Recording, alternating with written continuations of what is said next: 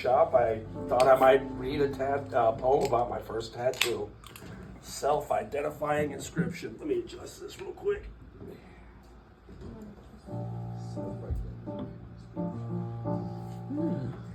2 decades with this, and the me is still there. I still remember the allure of the arithmetic of words. Thoughts conveyed in a culture not my own, yet still familiar. Rebellion, equivalent to confusion? Difficult concept to grasp at first, but as I've grown, I see the wisdom. Both aspects of misunderstanding, just as Nike was once an aspect to Athena. But it was the recipe for misunderstanding that drew me in. Left leg and tongue? Strange ingredients to cast in the verbal cauldron of ideas. Left leg also looked like a backwards J, which is my first initial. Left, or sinister, in the language of ancient Rome, the evil side. Starting off on the wrong foot, it's perfect for a southpaw like myself.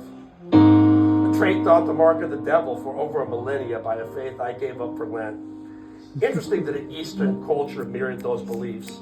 So starting off on the wrong foot and tongue, speaking in tongues, the organ that gives shape to our words. So starting our words off on the wrong foot was confusion, was rebellion, was the root of misunderstanding or being misunderstood. And so those thoughts became a part of me to be preserved for all my days.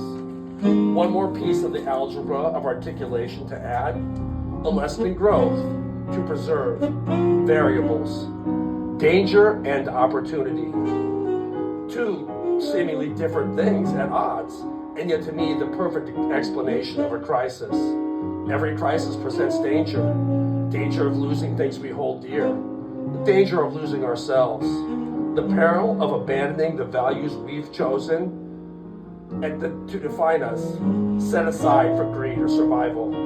And yet opportunity, the chance to test ourselves, to grow, to change, to find the strength we didn't know we had, to identify the cause and find a solution. And all this literary math perched atop a tornado. It was always going to be the twister for me. A force of nature, powerful, moving with the speed of the wind like the thoughts that pirouette through my head, and yet also a symbol to indicate shelter from the storm, from the chaos, as I so often am and need. Etched on my back in permanence. But was the storm in me? Was I the storm? Was the storm something I put behind me? Or was the storm an eternal pursuer? The hound of the hunt chasing me down in perpetuity? Well, life is many things, but black and white is not one of them. Absolutes are only the nature of death. And so I've learned that the twister is all of those things to me, and sometimes all at once. There is a beauty in the ubiquity of that. And as I've grown, I've learned this. We do not truly discover ourselves in the calm seas of life. It's the ordeal of the storms that show us who we are, how we need to grow, and what we truly hold dear. Destruction is a form of creation, and what better symbol of crisis misunderstanding has caused, both as a personal and collective level in human interaction, than that destructive power of air. Colorless and tasteless, perceptible only in its absence or rage.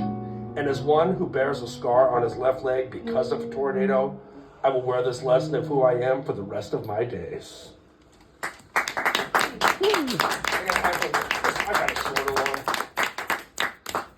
Time to be a little less serious.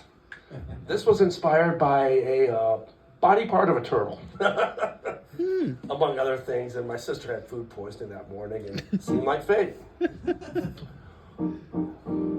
It's cold outside, and I could use some medicine. I was told laughter truly is the best medicine. That wisdom, planted like a pearl in the chaotic clamshell inside my cranium, alternating open and closed states. An act facilitated furtively by functions of my mental filters machinery, factoring in if I'm feeling unwell. And right now, I need a remedy. I need to find some medicine. Or maybe that's just my feelings flip-flopping such, stealthy as they are at sabotaging sanity.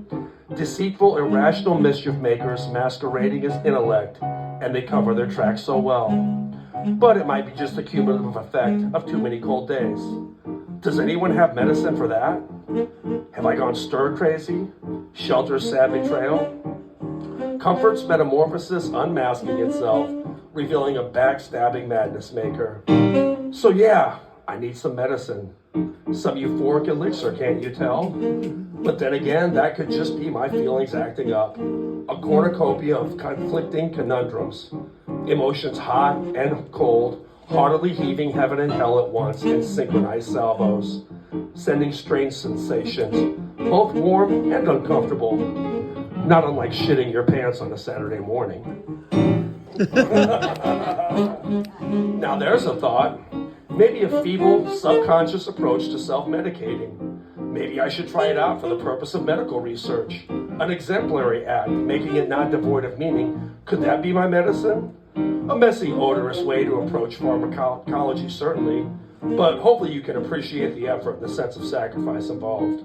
Comedy equals tragedy plus time, and at this time, I have heaps of time sculpted by the wanton ways of winter's wastelands we have woe-begotten days of dilly-dally doldrums, directly divining dual discovery.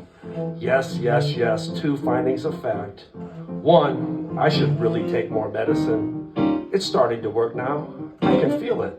What's the recommended dosage? I checked the label, but it really didn't come with one. Are there any side effects? Is this addictive? Boy, I sure hope not.